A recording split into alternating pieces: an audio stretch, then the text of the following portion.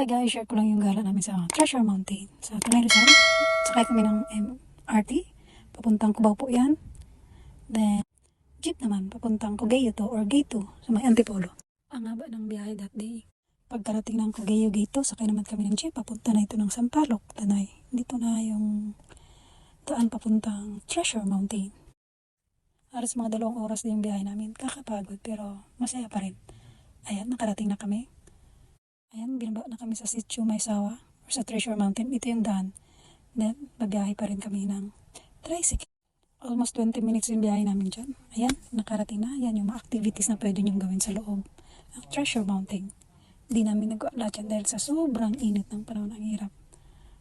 Masarap sana enjoy lahat. Yan po yung looban niya, entrance niya.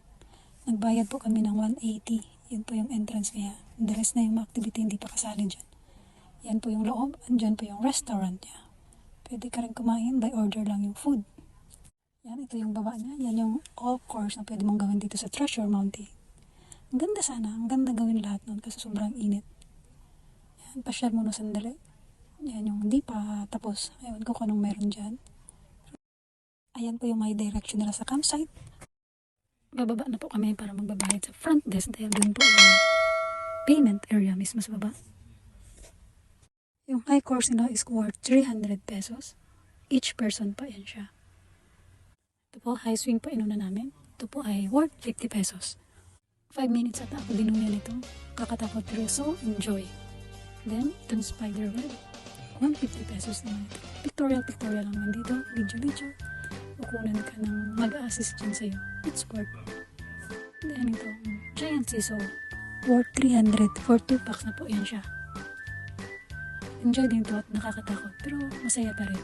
Na-experience namin yung giant seesaw. Ito po yung view ng whole course nila. Masarap sana gawin lahat kaso ang init that day, napakataas ng araw, napakasakit sa balat.